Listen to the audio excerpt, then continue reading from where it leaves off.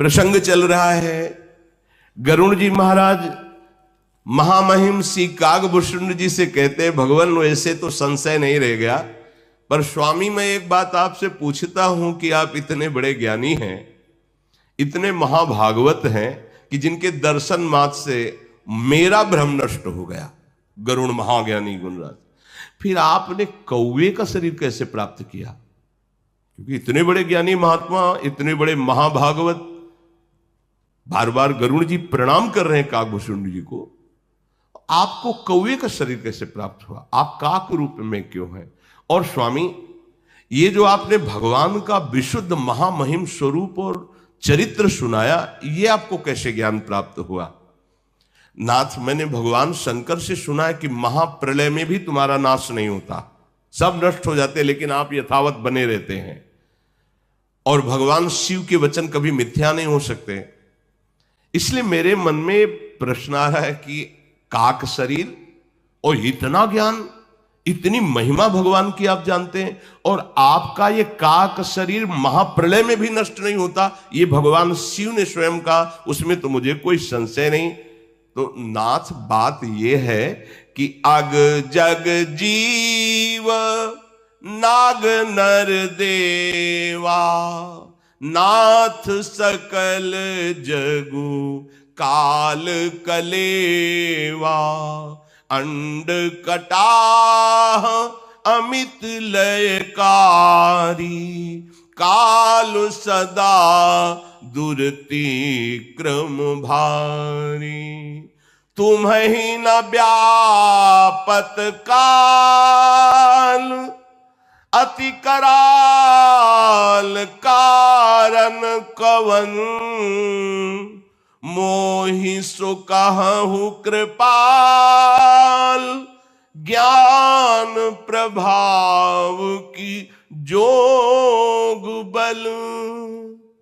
हे काकभूषुंड जी, कोई भी नाग, मनुष्य, देवता, चर अचर जीव जब महाप्रलय होता है तो बचता नहीं, सब काल के गाल में चबाए जाते हैं, सब काल का कलेवा हो जाता है। असंख्य ब्रह्मांडों का नाश करने वाला बढ़ा हुआ काल किसी को नहीं बख्शता, पर महाराज भगवान शिव ने कहा कि आपके इस काक शरीर को वो नष्ट नहीं करता। तो ये प्रभाव आपके ज्ञान भक्ति का है या योग का है? ये क्या है कि आपके शरीर को भी काल छूता नहीं है?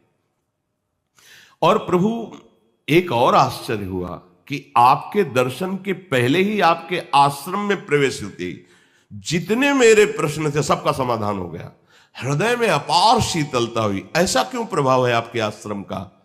प्रभु तो आश्रम आए, मोर मोह भ्रम भाग, कारण कवन सुनाथ सब, कहु सहित अनुराग।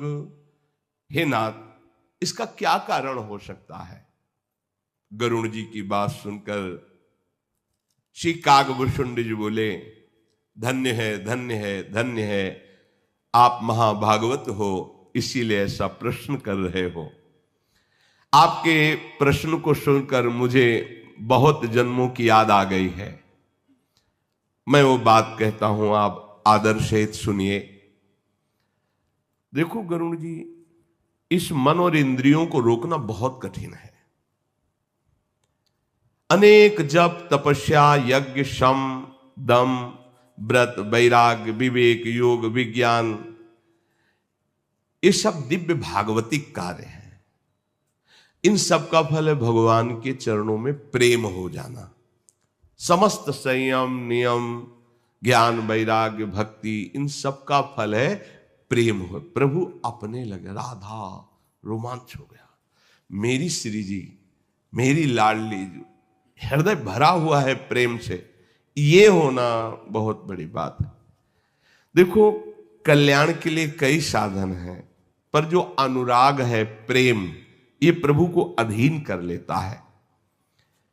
मुझे काक शरीर बहुत प्यारा अब लगने लगा है, क्योंकि इसी से मुझे प्रभु की भक्ति प्राप्त हुई है। जैसे इस शरीर की निंदा की जाती है, विषय सेवन के लिए, भगवत विमुख जो अधर्माचरण करते हो, नहीं, ये शरीर भी ब्रह्म रूप हो जाता है, ये शरीर भी भगवत स्वरूप हो जाता है। शरीर और शरीरी आत्मा, ये भेद तब तक रहता है जब तक भोक्ता और कर्ता भाव रहता है, नहीं तो सर्वम खलमिदम ब्रह्म, ये भी ब्रह्म स्वरूप, ब्रह्मविद ब्रह्मयु भवति, ब्रह्म स्वरूप ही हो जाता है। ब्रह्म स्वरूप हो क्या जाता है? वो तो है ही, केवल भोगों की मान्यता से भेद बुद्धि पैदा हो गई है। जब भोग वासना कर्ता भोग तत्व भाव नष्ट हो जाता है, जहां अभेद हुआ, तो ये भी ब्रह्म स्वरूप ही है, ऐसा अनुभव होता है। इस शरीर का मैं बहुत प्यार करता हूं, क्योंकि इससे मुझे भगवान की भक्ति मिली है, भगवान का प्रेम मिला है। गरुड़ जी, वेदों में ऐसी नीति है कि सज्जन पुरुष कहते हैं कि यदि भगवान का प्रेम प्राप्त हो तो अत्यंत नीच भी, तो वो परम पूजनीय हो जाता है, परम वंदनीय हो जाता है, परम प्यारा हो जाता है। तो यद्यपि शरीर अत्यंत नीच है, काक शरीर, पर इससे मुझे सच्चिदानंद प्रभु का प्रेम प्राप्त हुआ, इसलिए मैं कभी इसको त्यागता नहीं हूं। रेशम कीड़े से होता है, कीड़े से ही पैदा होता है रेशम, और उसके वस्त्र बनते हैं। अपवित्र कीड़ा होता है, पर रेशम को परम पवित्र माना जाता है, रेशम पवित्र माना जाता है। उस अपवित्र कीड़े का आदर होता है, क्योंकि उससे रेशम प्रकट होता है। ऐसे ही ये अपवित्र कीड़ा की तरह शरीर है, पर इससे भजन होता है, भगवत भक्ति होती है, साधु सेवा होती है, भगवत स्वरूप संसार की सेवा होती है, इसलिए बहुत अच्छा है। और अगर ये केवल अधर्माचरण में, तो धिक्कार योग्य है। फिर क्या है? ये थैला है, मलमूत्र भरा हुआ है, फट जाएगा किसी दिन। जैसे पानी का बुलबुला अच्छा दिखाई दे रहा है, किस सेकेंड फूट जाए कोई पता नहीं। जीव का स्वार्थ क्या है? यही कि मन वचन कर्म से भगवान के चरणों में प्रेम हो जाए। स्वार्थ साच जीव कहूं एहा, मन क्रम बचन राम पद नेहा। सोई पावन सोई सुभग शरीरा, जो तनु पाई भजिय रघुबीरा। जीव का सच्चा स्वार्थ यह है कि वो नाम जप कर ले, मन से वचन से कर्म से भगवान को रिझा ले। वही शरीर परम पवित्र हो जाता है, वही दर्शनीय हो जाता है। जिस शरीर को पाकर के भगवान की भक्ति अपने हृदय में प्रकट कर ले, भजन किया जाए, वो जगत बंदनी शरीर हो जाता। शरीर जो भगवान से विमुख हो, चाहे ब्रह्मा के समान शरीर हो, जो ज्ञानी जन है, भक्त जन है, उस शरीर की प्रशंसा आदर नहीं करते। इस शरीर से मुझे भगवान की प्रेम भक्ति प्राप्त हुई, इसलिए हे गरुड़ जी महाराज, ये काक शरीर मुझे बहुत प्रिय है। और मुझे वरदान मिला हुआ है कि मैं इच्छा करूंगा तभी शरीर छूटेगा, अन्यथा नहीं। इसलिए मैं कभी इच्छा नहीं करता इस शरीर त्याग की, क्योंकि मुझे इससे पावन भक्ति प्राप्त हुई है। पहले मुझे भगवान से विमुख होने के कारण बड़ी दुर्दशा भोगनी पड़ी है। काकभूषण जी कहते हैं, बहुत जन्मों में मैं भटका हूं, बहुत जन्मों की याद स्मृति है काकभूषण जी को।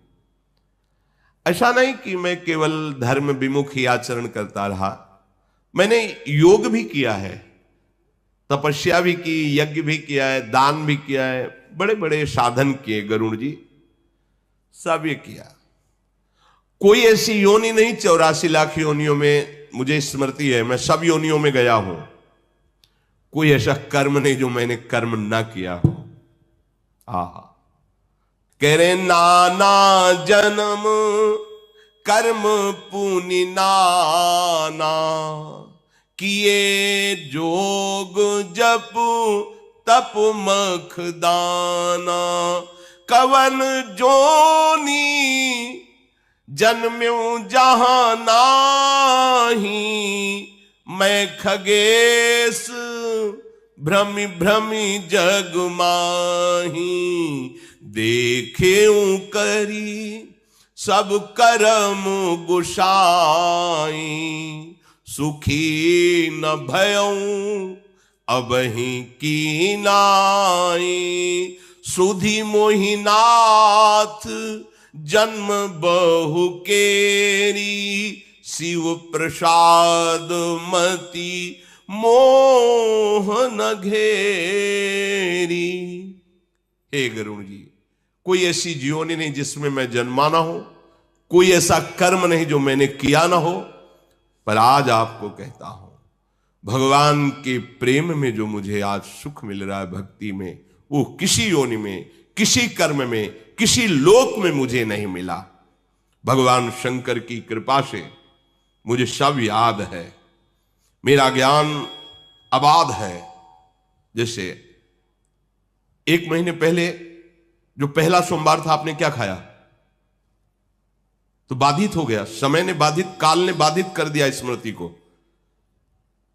अभी 4 दिन पहले आप शाम की क्या पाए थे?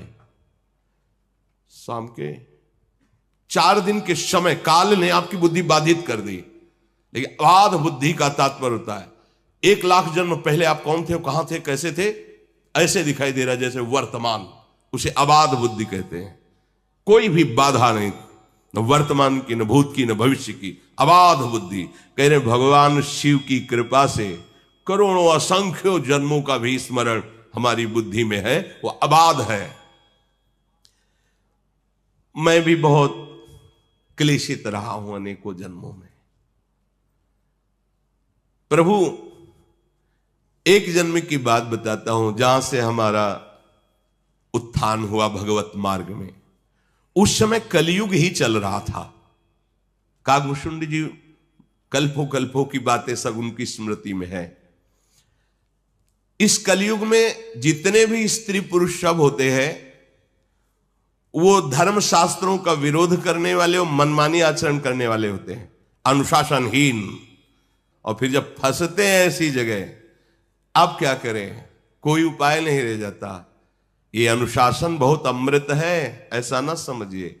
अगर यहां राजकीय अनुशासन, धर्म का अनुशासन, समाज का अनुशासन, गुरुजनों का अनुशासन, शास्त्र का अनुशासन स्वीकार किया जाए तो अधर्माचरण बिल्कुल बंद हो जाएगा। जो अनुशासनहीन है, उसी अंतःकरण में ऐसे संकल्प उदय होते हैं जो पापाचरण कहे जाते हैं, अनुशासनहीनता के कारण। निगम अनुशासन सब मानते थे, शास्त्र भाई शास्त्र ऐसा हम नहीं करेंगे, ऐसा शास्त्र विरुद्ध है। कहां पता ही नहीं कि शास्त्र है क्या। तो हम कलयुग में जन्मे थे जिसमें अपने लोग वर्तमान में हैं। कागभूषुंड जी कह रहे हैं उसमें देखा कि सब अधर्म परायण हो रहे हैं। कलयुग में जन्मे तो पर भगवान की ऐसी कृपा हुई कि अयोध्यापुरी में मुझे जन्म मिला। कलयुग में जन्मा पर अयोध्यापुरी में जन्मा, और शरीर का जन्म शूद्र कुल में हुआ। मैं मन वचन कर्म से अयोध्या में जन्म होने के कारण मेरी भगवान शिव में स्वाभाविक रति होने लगी। बड़ा अभिमानी था, अन्य देवताओं की खुल के निंदा करता था और भगवान शंकर की आराधना करता था। भगवान शंकर की कृपा से धन बढ़ने लगा हमारे पास, उग्र बुद्धि का हो गया। कागभूषण जी कह रहे हैं थोड़ा उल्टा है। हरि लक्ष्मी पति है, इनका भजन करोगे तो अकिंचन बनते चले जाओगे। प्रायः इनके जितने महान भागवत हैं, या तो अंदर से राग रहित होकर के चक्रवर्ती सम्राट पद पर होते हुए भी महादैन्य है, और या फिर वास्तविक अकिंचन स्वरूप में। और ये महात्यागी हैं भगवान शिव, चिता भस्माले को। पर इनकी जितनी आराधना करने वाले आपको मिलेंगे, अब महामहिम देखो, सोने की लंका, औढ़र दानी है, बड़ा विपरीतता दिखाई। वो लक्ष्मीपति है, भिक्षा मांग के खाओ निरंतर, और वो चिता भस्मालेप, महान बैरागी, महान। एक कमरा नहीं पूरे कैलाश में, एक बट वृक्ष के नीचे महाराज रहते, पर 60,000 योजन का है वो बट वृक्ष, 60,000 योजन का है बट वृक्ष, जिसके नीचे महादेव जी बैठते हैं। और 6 ऋतुएं अलग अलग डालों में हैं। इस एरिया में तो शरद ऋतु, इस एरिया में बसंत, हर ऋतु उसी वृक्ष के नीचे। तो बोले वो भगवान शंकर की आराधना में लगा तो धन की वृद्धि हुई, तो बहुत उग्र बुद्धि वाला हो गया और बकवास करने में बड़ा प्रवीण, हृदय में भारी अभिमान पैदा हो गया। इतना अभिमान पैदा हो गया, यद्यपि मैं जन्मा परम कृपालु भगवान रघुनाथ जी की राजधानी अयोध्या में, हरि की निंदा करना, देवताओं की निंदा करना, महादेव की उपासना करना और अभिमान युक्त रहना। अवध में रहते हुए भी अवध के प्रभाव से विपरीत, क्योंकि यही दरबार दीन को आदर। शास्त्र पुराणों में गाया गया है कि जो अयोध्या में जन्म हो, अयोध्या में बसे, तो उसे भगवान श्री हरि की भक्ति मिलती है। अवध का प्रभाव जीव तभी जानता है जब अभिमान छोड़कर भगवान के चरणों का आश्रय ले। इसीलिए धाम का वृंदावन ही विधि बसै तज के सब अभिमान, तृणते नीचो आपको जाने सोई जान। गरुण जी बड़ा हृदय हमारा जलता रहता। ये जो अभिमान में है ना, इनको और दूसरी आग नहीं जलाती, वही आग जला देती। जैसे तुम्हें दिखाई देंगे फूले फाले ऐसे कुंभ, आपको रुआब, अंदर उनके देखो, अगर अंदर कैमरा हो कोई ऐसा डाल के देखो, फिर पता चले कि कितना जल रहा है व्यक्ति, कितना भयभीत है अंदर से। बाहर से आपको दिखाई देगा निर्भय, और जो भगवान के दासत्व से महामंगल मोद को बाहर से दिखाई देंगे, सबके हाथ जोड़ते घूमता है, लेकिन वो निर्भय है, काल से भी नहीं डरता। जे काल बस ना परे, ये बहुत जल रहा। कागभूषण जी बता रहे, धन था, उग्र स्वभाव हो गया, हरि की भी निंदा, देवताओं की भी निंदा, मन माना उपासना थोड़ी कहीं फलीभूत होती है। अब हृदय हमारा बहुत जलता, और जिससे मिलता तो सब कलिकाल के जीव मिलते, मतलब गलत सलाह देने वाले। आप देखो ना, गलत सलाह देने वाले आपको बहुत मिल जाएंगे। कोई ऐसा कहना, धन्यवाद भाई, आप तिलक लगाते हो, कंठी बांधते हो, आप वृंदावन जाते हो, सत्संग सुनते हो, नाम जप करते हो, कोई नशा नहीं करते, भाई हमारा तो मन कहता है आपके पैर छू लें। ऐसा कौन मिलेगा? आपका अपमान करके आपको उत्साहहीन करने वाले लाखों मिल जाएंगे, लेकिन अध्यात्म में उत्साह बढ़ाने वाला कोई बिरला ही मिल सकता है। कलयुग का प्रभाव सबके हृदय को मलिन करके धर्म का ह्रास करा देता है। सदग्रंथ लुप्त हो जाते हैं, दंभियों और पाखंडियों का बोलबाला हो जाता है, कल्पनात्मक मार्ग निकल पड़ते, कल्पनात्मक जो सिद्धांत नहीं शास्त्र का, उसके विपरीत। भाई हमारा तो धर्म यही है, हम तो ऐसे चलेंगे, हमारा मार्ग यही है। बड़े बड़े ऐसे पंथ प्रकट हो जाते हैं जिनका स्वरूप ही दंभ होता है। कलयुग का प्रभाव, सभी लोग मोह के वशीभूत होते हैं। शुभ कर्म तो पाखंड ने हरण कर लिए, दिखाया जा रहा है कि हम ये कर रहे हैं, नाम है शुभ कर्म का, और वो जो शुभ कर्म का नाम लिखा हो उसमें एक भी आचरण शास्त्र प्रमाणित नहीं है। वहां जो शुभ कर्म का अनुष्ठान, केवल कलयुग का जब प्रभाव बढ़ेगा तो ऐसा दंभ प्रकट होता है। कई बार सुनाया है, भगवान ब्रह्मा जी ने सतयुग, त्रेता, द्वापर, कलयुग चारों को बुलाया, कहा बेटा, उन्हीं के पुत्र हैं युग, कहा बेटा देखो हमारा नरक भी बनाया हुआ है बहुत बड़ा, तो देखना अपने विभाग में जहां कहीं ऐसा कोई, तो उसको नरक के। सतयुग ने कहा पिताजी हमारे राज्य में कोई नरक नहीं जाएगा, क्योंकि सब ध्यान परायण, सब हंस वृत्ति वाले, भूल चूक से कोई नहीं, तो हमारे राज्य में तो कोई जाएगा नहीं। त्रेता ने कहा हम बड़े भाई का अनुकरण करेंगे, वादा नहीं करते कि कोई नरक जाएगा। द्वापर ने कहा प्रभु आपकी आज्ञा का पालन करने की चेष्टा करेंगे भरपूर, आप चिंता ना करें। कलयुग से कहा तो बोले जैसे बड़े भैया बोले कि हमारे राज्य में कोई नरक नहीं जाएगा, तो प्रभु भूल चूक से कोई स्वर्ग या परम पद प्राप्त कर ले, नहीं पूरा हाउसफुल रखेंगे पूरा। जैसे बड़े भैया बोले लो सतयुग जी कि हमारे राज्य में कोई नरक नहीं जाएगा, भूल चूक से कोई ऐसे ही भूल चूक से कोई निकल जाए परम पद या स्वर्ग तो बात अलग है, नहीं पूरा का पूरा हम बड़े भैया के विपरीत पहुंचाएंगे। और युग में चाहे ना हो, लेकिन नरक जो फुल होगा वो कलयुग कह रहा है हम कर देंगे। हाँ कर देंगे, है आचरण देख लो कैसे आचरण है।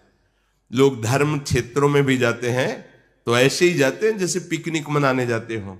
भगवत धामों में आते हैं तो कैसे आते हैं, न दैन्यता है, न पवित्रता है, न भाव शुद्धता है। आप आकर के यहां एक दिन रुको, लेकिन धाम की पद्धति से रुको, 2 दिन 3 दिन रुको। हम कह रहे जीवन यापन करो मंगल में, इतना कमाओ यहां पुण्य, इतना कमाओ मंगल कि तुम्हारे दुखों का नाश हो जाए। ये दुखों का नाश करने की भूमि है। कलयुग में कोई वर्ण आश्रम धर्म का पालन नहीं करेगा जब बढ़ेगा। जो वर्ण है और जो आश्रम है, ब्रह्मचर्य, गृहस्थ, वानप्रस्थ, संन्यास जैसे आश्रम, ऐसे जो वर्ण है व्यवस्था है उसका पालन नहीं करेगा। सब पुरुष, सब स्त्री, बालक, बूढ़े, जवान शास्त्र विरुद्ध आचरण को ही सुखद मानेंगे। शास्त्र विरुद्ध आचरण, शास्त्र का स्पष्ट आदेश है, भगवत अनुशासन। सूर्य उदय के पहले उठ जाओ, और चाहे जिस कुल के जन्मे, चाहे जो हो, बच्चा बूढ़ा सब, भगवान त्रिभुवन को प्रकाशित करने वाले भास्कर पधार रहे, उनकी अगवानी करो। जैसे वेद मंत्रों के द्वारा उच्चारण करते, अर्घदान करना तो कुछ नहीं आता तो हाथ जोड़ के प्रणाम कर लो, कम से कम सैया से तो खड़े हो जाओ। नहीं वो हम 9 बजे के बाद मिले तो मिल सकते हैं, 9 बजे तक तुम केवल सोते हैं, 9 बजे तक। अब कोई तो हमें बताया कि 11 बजे तक दिन तक सोते हैं, तो बाल भोग कब होता होगा और राजभोग कब होता होगा इनका, और शयन भोग कब होता? बोले 12-1 रात के बीच में शयन भोग होता है। निशाचर, ये आहार निशाचरी आहार है, कोई भी करता हो। 11 और 3 के बीच में जो आहार है वो निशाचरी आहार है। तुम्हारी बुद्धि भ्रष्ट हो जाएगी, राक्षसी भाव प्रकट हो जाएगा। अब कौन मानेगा? भगवत भाव, भगवान के प्रियजन है, माता पिता साक्षात मेरे भगवान है, कहां भावना बनती। कई ऐसे बूढ़े माता पिताओं का जब दर्द सुनो तो लगता है कि आज का समाज कहां चला जा रहा है। आप माना बहुत धनी हो, अपने बूढ़े माता पिता को वृद्धाश्रम भेज दिया, अनाथालय में भेज दिया, शर्म नहीं लगती? तुम्हें पालन पोषण किया, तुमको कहां भेज रहे हो? अनाथालय। तुमको वृद्धाश्रम, भले वीआईपी व्यवस्था कर दिए, पैसा है, कैसे तुम? उनको इस व्यवस्था की जरूरत नहीं, तुम्हारे प्यार की जरूरत है। तुम उनके प्यारे पुत्र हो, वो तुम जब उनकी भले कम सेवा करो, लेकिन मुस्कुरा के 5 मिनट बैठोगे ना चरणों के पास, तो उनको इतने से कट जाएगा। और चाहे जितनी व्यवस्था कर दो दूर, तो उनका हृदय जलेगा, और वही व्यवस्था तुम्हारे लिए तैयार हो जाएगी। वही व्यवस्था तैयार होगी, ध्यान रखना, जो तुम अपने माता पिता के साथ करते हो। कलयुग में कोई शास्त्र आज्ञा को नहीं मानता। महाराज वर्णन है इसलिए कि प्रायः धर्म और वेदों को बेचा जाएगा कलयुग जब आगे बढ़ेगा।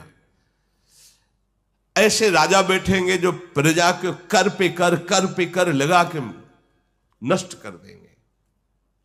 सच्ची मानिए, किसानों के दर्द को जो खेती नहीं करते वो नहीं जान पाएंगे। जो किसान जन मेहनत, और पूरा भारत उसी का अन्न खाएगा। आपकी तो महीना की सैलरी है, मिल रही है, लेकिन उससे पूछो, वो कर्जा लेकर खेती में अनाज बोया, फसल तैयार हुई और इतनी वर्षा हो गई कि सब सड़ गई। अब वो कर्जा देने लायक नहीं रहा, बेटी ब्याह के लायक है, बच्चे पढ़ाने के लिए, इसके बाद सरकारी उसके ऊपर और भी कर आदि की व्यवस्था है, वो कोई सुनने वाला नहीं, नष्ट हो जाते हैं। तभी वो ज्ञान है नहीं, आध्यात्मिक बल है नहीं, तो बेचारों को एक ही मार्ग दिखाई देता, क्या करें? अपना शरीर नष्ट कर दें या अपने परिवार का नष्ट करें। एक गांव में रहने से पता चलता है। आप समझते हो गांव के लोग कैसे जीते हैं? हमने देखा है। ओढ़ने के लिए रजाई नहीं थी, सर्दी में ओढ़ने के लिए रजाई, भरपेट भोजन के लिए दिन भर बैल की तरह मेहनत करते हैं, वही अन्न जाकर के देश विदेश सब पोषण हो रहा है। ये हमारे आगे चलकर ऐसा शासन बढ़ेगा, बोले प्रजा भूखों मर जाएगी, इतना उसके ऊपर। को नहीं मान निगम अनुशासन, द्विज श्रुति बेचक भूप प्रजाशन। गरुण जी महाराज आगे चलकर ऐसा समय आता है कलयुग में कि जिसको जो अच्छा लगता है वही मार्ग चयन कर लेता है। जैसे हमारे साधु वेश की एक मर्यादा है, गुरु परंपरा से वेश मिलता है, मनमानी नहीं है, गुरु परंपरागत है। आप गृहस्थ हो तो उसकी बात, वैरागी हो तो एक वेश है आजीवन के लिए जो गुरु से मिला हुआ है। और ये नहीं कि मुच्छ कटिंग में, दाढ़ी सेटिंग में हो, बाल ऐसे फिटिंग, ऐसा नहीं है। सिद्धांत है, या तो मुंडन पूरे में और या तो पूरे रखाओ, दो ही पद्धति है, या तो भद्र करो या तो पूरे रखाओ, उसमें ये सेटिंग फिटिंग नहीं। जिसको जो मनाया पहन रहा है, जैसे मनाया वैसे रह रहा है, जैसे मनाया वैसे रह रहा है। कोई किसी से पूछने वाला नहीं कि आपको गुरु प्रदत्त है ये वेश, नहीं। सफेद पहन लिए, पीले पहन लिए, बाबूजी हमें जरा दीजिए ऐसा रुपया, वो कह रहा है आपका आदमी पैसा मांग रहा है, ऐसा कैसे हो सकता है? जैसे हमको किसी ने बताया कि आपका पीला पहने कोई, वो उधर पैसा हमका, हमारा एक भी साधक ऐसा नहीं। अनुशासनहीनता ही मृत्यु है, भगवत कृपा से ऐसा नहीं है एक भी। तब इनसे कहा कि जो केवल तिलक लगाए दिखाई देते हैं उनसे पूछो किस तारीख को कब आपने दीक्षा ली, नहीं ली तो केवल रज लगाओ, नाम जप करो, चिन्ह नहीं धारण कर सकते। अगर धारण किए हो तो दंड नहीं है, अपराध है, उसको तुम ऐसे नहीं, उसका दुरुपयोग नहीं कर सकते। तिलक लगा लिए, पीला ओढ़ लिए, 1 घंटा के लिए मार्ग में खड़े हो गए, ओ महाराज जी का स्वास्थ्य खराब, उसके लिए आपको सहयोग करेंगे, ये ऐसा कैसे हो सकता है? कहां है बात सुनी? तो बोले मार्ग में। तो मार्ग में तो कोई भी कुछ भी कर सकता है। इस क्षेत्र के अंतर्गत कहीं भी कोई किसी भी तरह का इस तरह की हरकत करता पाया जाए तो पक्का समझो वो हमारा विरोधी है, वो भगवत सिद्धांत का विरोधी, वो हमारा अनुगामी नहीं हो सकता, अनुगामी नहीं हो सकता। किसी भी तरह की याचना करने वाला हमारी श्री जी का शरणागत नहीं हो सकता। यहां मंगवो भलो नो बाप सो जो प्रभु राखे टेक, मृत्यु बर्दाश्त है, ऐसे करना बर्दाश्त नहीं। समुझ आए शरण, समझो हम जिनकी शरण में है, पोषण भरण न चिंत कराए, श्री हरिवंश विभव बिलसाई, वृंदावन की माधुरी। थोड़ा जल्दी, ये जो धर्म विरुद्ध वेश धारण कर लेना, धर्म विरुद्ध उद्देश्य बना लेना, ये कलयुग का प्रभाव है। श्री काकभूषण जी कहते हैं, गरुण जी महाराज, वेश रचना भी आचार्य परंपरा के अनुसार रखी गई। इसीलिए हमारे देखो ना, रामानुजाचार्य, पूज्य श्री रामानंदाचार्य, पूज्य श्री निम्बारकाचार्य, अलग अलग आचार्य महापुरुष, अगर संन्यास में आद्य गुरु भगवान शंकराचार्य, अलग अलग मार्ग में भगवान अवतरित हुए। वेश, चिन्ह, उद्देश्य, परंपरागत मंत्र, उपदेश, ये सब एक सिस्टम। बोले ये मनमानी आचरण करके वे कितने ऐसे लोग दिखाई देते हैं।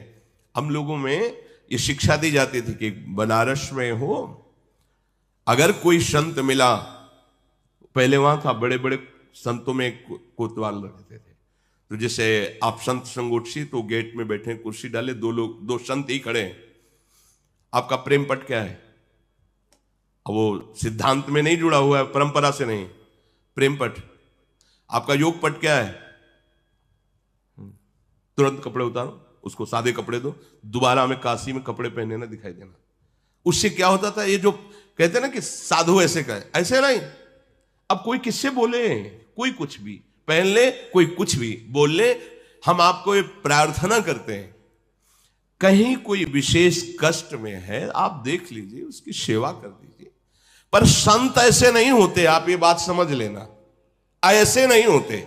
ये हम तुम्हें घोषणा करके कहते हैं, ऐसे नहीं होते संत। संत ऐसे होते हैं, भरण पोषण तुम्हारे द्वारा जिनका भाव होता है, वो विश्वंभर भगवान के दास नहीं होते, वो जगत के भोगों के दास होते हैं। विश्वंभर भगवान के दास ऐसे नहीं कर सकते।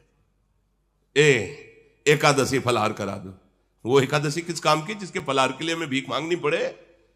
वो यज्ञ किस काम की? जिसके लिए हमें भीख मांगनी पड़े। वो भंडारा किस काम का जिसके लिए हमें भीख मांगनी पड़े? हमारा निरंतर अंदर भंडारा चल रहा है, यज्ञ हो रही, हम प्रति श्वास को भगवान के चरणों में अर्पित करें, इससे बड़ी कोई यज्ञ नहीं। हम प्रतिपल इंद्रियों को भगवान नाम से तृप्त कर रहे हैं, इससे बड़ा कोई भंडारा नहीं। हमारे रोम रोम भगवान की दासत्व से युक्त हो जाए, इससे बड़ा जगत मंगल नहीं। वायु छू के स्पर्श करके पापों का नाश करेगी, समझना है। कागभूषुंडी जी जो जितना दंभ पाखंड कर पाएगा उसे उतना ही बड़ा कहा जाएगा। जो दूसरे का धन हरण कर ले वही बुद्धिमान कहा जाएगा। जो जितना नीच आचरण कर ले उसी का सम्मान होगा। जो जितना झूठ बोल ले, दिल्लगी कर ले, जितना बेईमानी कर ले, उतने गुणवान कहा जाएगा। जो आचारहीन है, वेद शास्त्र का अपमान करने वाला है, कलयुग में उसी का सम्मान कहा जाएगा। अशुभेश भूषण धरे भक्षा भक्ष जे खाहि, ते जोगी ते सिद्ध नर पूजते कलयुग माहि। जो अमंगल वेश, अमंगल भूषण, अमंगल खान पान, वही कहे जाएंगे। बड़ा कलयुग का विचित्र तांडव होता है गरुड़ जी। जो अपने आचरण सदैव दूसरों को दुख देने वाले करते हैं, जे अपकारी चार तिनकर गौरव मान्यते, उन्हीं का बड़ा गौरव, उन्हीं का बड़ा सम्मान होता है। मन वच कर्म लबार तेई बक्ता कलिकालम। कागभूषुंडी जी कह रहे हैं गरुड़ जी से कि मन और वचन और कर्म से विषयों में प्रीत रखने वाला और झूठ का बल रखने वाला जितना वाणी में प्रवीण कहा जाएगा वही वक्ता माना जाएगा। वक्ता का तात्पर्य है शास्त्र की बनाई हुई मार्ग से कभी इधर बिलग न जाए। या तो अपनी अनुभूति जो तस्मात् शास्त्रम प्रमाणम, यह शास्त्र वचन, बस उतना ही। हमें यह नहीं कि हमें सब कुछ आता है, शास्त्र नहीं है हमें से, वो कभी अनुभूति वाली बात नहीं। भले बात पूरी तुम्हें कंठस्थ है, लेकिन शास्त्र सामने रखना हो अनिवार्य है।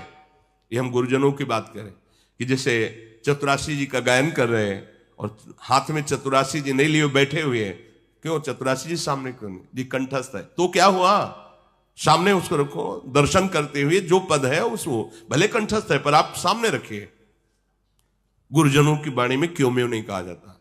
ऐसे ही भागवत सामने, वेद जो भी हम ग्रंथ का गायन कर रहे हैं, यश गान, वो सामने रखा है। जो भी बोलो उसी के अंतर्गत बोलो। जिस विषय को लिया है, ये नहीं उत्तर दक्षिण कहां भाग रहे हो कुछ पता नहीं चल रहा है। जो विषय लिया है उसी विषय में ही, उसी विषय को पुष्ट करने के लिए, और शास्त्र सम्मत, साधु सम्मत और हृदय सम्मत तीनों मिलने चाहिए। शास्त्र, साधु और हृदय, तब वो बात परिपक्व मानी जाती है। जो शास्त्र में लिखा है, जो संतों ने अनुभव किया है, वही हृदय में है, वो वाणी अंदर से प्रकट हो रही है। जो मन वचन कर्म से भोगों की चाह रखकर और झूठ पर झूठ, क्या होता है कि सामने वाले को तो पता है नहीं इसका अर्थ क्या है, सामने वाले को पता नहीं। अब वो अर्थ हम अपने मन के अनुकूल कर रहे हैं। शास्त्र का अर्थ मन के अनुकूल नहीं होता। हम वो बात घुमा के ऐसे ला रहे हैं जिससे वासनाओं की पूर्ति हो, ऐसा नहीं। ये कपट है और ये कपट तुम्हारा पतन कर देगा। चौथी भगत मम गुणगन करे कपट तजिगान, भगवान के ये कपट है। सीधा और उसका भाव बोलिए, जो शब्द लिखा है उसको घुमा के और अपनी वासना परक उसका अर्थ नहीं करना चाहिए। सीधे बोलिए शास्त्र क्या बोल रहा है। थोड़ा चोट लगेगी, अगर इसमें लिखा है तो हमारे भी हृदय में चोट लगेगी, गलत है। आपके हृदय में चोट लगेगी तो हमें सुधरना होगा ना।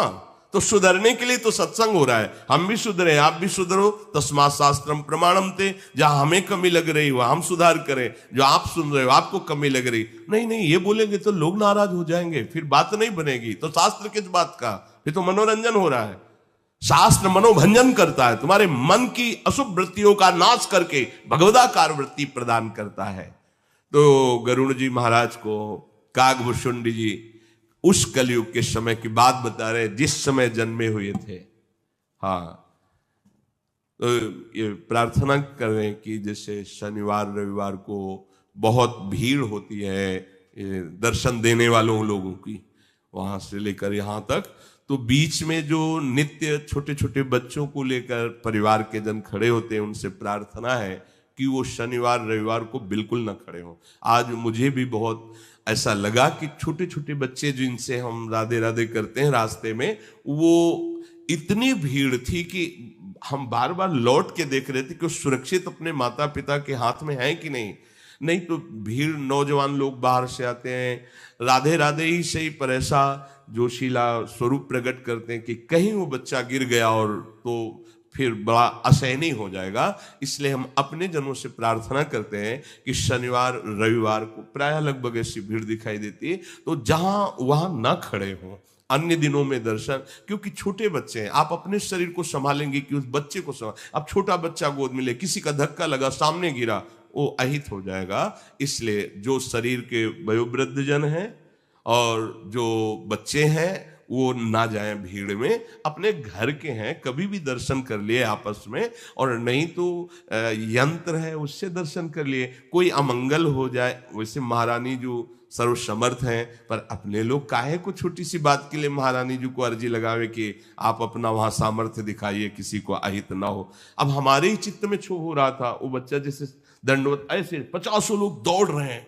अब नौजवान है, वो तो रात भर चल के आए, तो उनको लगता है जय बार दर्शन कर लें, एक बार दो बार तीन, तो धक्का वो अच्छा नहीं, पर नहीं मानेंगे, वो नहीं मानेंगे। अपने लोग सत्संगी हैं, वयोवृद्ध शरीर और छोटे बच्चे, ये प्रायः भीड़ में ना खड़े हो। जिन दिन ज्यादा भीड़ है, कोई उत्सव है, वहां मत खड़े होइएगा, क्योंकि ये शरीर भगवत प्राप्ति के लिए है। कोई अंग भंग हो जाए, कोई हानि हो जाए, फिर हमें अच्छा नहीं लगेगा, फिर आना जाना हमारा मतलब बाधित हो जाएगा। किसी को कष्ट हो, हम ऐसी जगह क्यों जाएंगे? इसलिए आप सावधान। और ये प्रार्थना करें कि हम लोग जितने सेवादार हैं सब आपके ही दास हैं, आपकी सेवा के लिए हैं। अगर आप हमारी बातें नहीं मानोगे, वहां जैसे रोक रहे हैं, जबरदस्ती करोगे, तो हम आपको कैसे फिर सुविधा दे पाएंगे? अब जान रहे आप कितनी छोटी जगह है। अच्छा, यहां किसी से कुछ मांगने जांचने वाला विषय है नहीं, हमारी श्री जी के द्वारा। और अब हमसे ये कहो कि व्यवस्था करो, देखो भाई, हम ये परपंच हमसे नहीं होने वाला। श्री जी ने कर दिया, जितनी व्यवस्था है उतनी में बैठ लो। अब इतने में कितने लोग, 4-5 हजार लोग आते हैं, 4-5 हजार में 50 लोग अंदर किए गए, तो जो बाहरी बचे वो तो गाली ही देंगे ना, मन में सोचेंगे कि बाबा जी इनको क्यों बैठा लिया, हमें क्यों, हमारे पास जगह नहीं है। आप खुद देख लो, व्यवस्था नहीं है। एकांतिक जहां केवल 15 आदमी बैठ सकते हैं, वो भी जबरदस्ती। कितने बैच आप एकांतिक में रखोगे? अब किडनी पेशेंट ये शरीर है, इसको हम ज्यादा देर ऐसे बैठा ले रहते हैं, पूरे दिन भर पड़े रहते हैं, बुखार आता है, क्योंकि उस पर वजन पड़ेगा ना ज्यादा। पर हमें लगता है जितना सुख मिल जाए, जय दिन शरीर चल रहा है, सबका मंगल हो जाए। तो ये कोई ना समझे कि किसी को बड़ा समझ करके एकांतिक में बैठाला जा रहा है। जगह नहीं है, बहुत कम जगह है। अगर हम ऐसे इतनी जगह में एकांतिक करें तो हमारी श्री जी की सेवा और पाठ रुक जाएगा। अब इसमें एकांतिक करें, 400 लोग बैठ जाओ इकट्ठे, तो एकांतिक में हो गया, 2 बार में सब निपट जाएंगे। अब 1000-2000 लोग एकांतिक के लिए तैयार है, 15 आदमी बैठेंगे। तो अगर हम 60 आदमियों को तैयार, तो 15 चौको 60, 4 बैच में वो अंदर बैठेंगे। अब 60 ही लोगों को केवल बैठा ला, इतने में पसीना पसीना, और इनसे इशारे में अभी कितने हैं?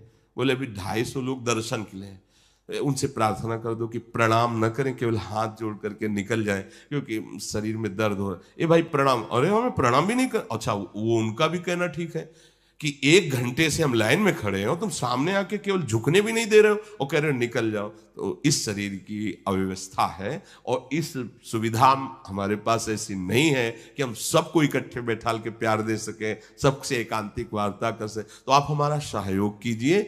जिनको ये कहते हैं कि हाँ ठीक है, आप अगली बार देख लीजिए, या हम कैसे करें, आप सब बताओ, कोई उपाय दूसरा है? हम कैसे, अगर हम इधर एकांतिक कर, तो हमारी श्री जी की सेवा, फिर हमारी एकांतिक का मतलब क्या रहा? हमारी लाडली जी की सेवा बाधित हो जाए, उनको जो गान सुनाया जाता है सुधा निधि चतुरासी जी नाम की, वो बाधित हो जाए, तो फिर हमें अच्छा नहीं लगेगा। और हमारे पास जगह है नहीं, कुंज कुटीर में छोटी जगह है, तो उसी में एकांतिक होता है। तो आप लोगों को धैर्य धारण करना पड़ेगा। आप अगर इनसे नाराज होगे, धक्का दोगे, या ऐसा कि तुम किसी को विशेष समझकर, हमारे लिए यहाँ कोई विशेष नहीं है। हमारे लिए सब श्री जी के प्यारे हो, पर हमारे पास अव्यवस्था है, उतनी व्यवस्था नहीं कि हम कर सकते हैं। देखो आज हमने देखा कि हमारे जो वृंदावन की पुलिस पसीना पसीना हो रहे हो और खुद धक्का सह रहे हैं भीड़, हम उनको प्रणाम करते हैं, वो कितना सहयोग दे रहे हैं। अगर वो सहयोग न दे तो अपने कैसे, तो आप लोग अपने नहीं हो क्या? हमें ये प्रश्न उठता है कि क्या ये जो लोग दर्शन करने आते हैं ये हमारे नहीं है क्या? इनके लिए हमको व्यवस्था ऐसी करनी पड़े कि कोई इनको जबरदस्ती रोके? तो हमें लगता है अगर आप लोग धैर्यपूर्वक खड़े रहें, या आप लोग ये जो श्री जी के जन हैं, आपके सेवक हैं, आप इनकी बात मान लें तो अच्छा रहेगा। तो कोई भी ये ज्यादा जोर न करे कि हमें हाल में ही बैठना, क्योंकि हाल में आदि तो हम ही घेरे हुए हैं, हमारी श्री जी हमारा ऐसा। अब कितने लोग बैठेंगे इसमें? जितने केवल वहां सामने खड़े थे उतने आ जाए तो सब जगह नहीं हम आएंगे, वहां वहां केवल सामने खड़े। अब हमारे पास असुविधा है, इसलिए आप असुविधा में भी आनंद लें, ऐसा व्यवहार करें। धक्का मुक्की, लड़ाई झगड़ा, किसी को कष्ट ऐसा न, और अपने जन इतना भावुकता को समेटिए कि छोटे छोटे बच्चे जो हैं वो भीड़ में मत ले जाइए, कहीं कोई अमंगल ना हो जाए। अपने कभी भी मिल सकते हैं, जैसे अन्य दिनों में है तो अन्य दिनों में खड़े हो जाए, अन्य दिनों में जगह रहती है। शनिवार रविवार मत आइए जिससे कोई अमंगल ना हो जाए। श्री राधा वल्लभ लाल की।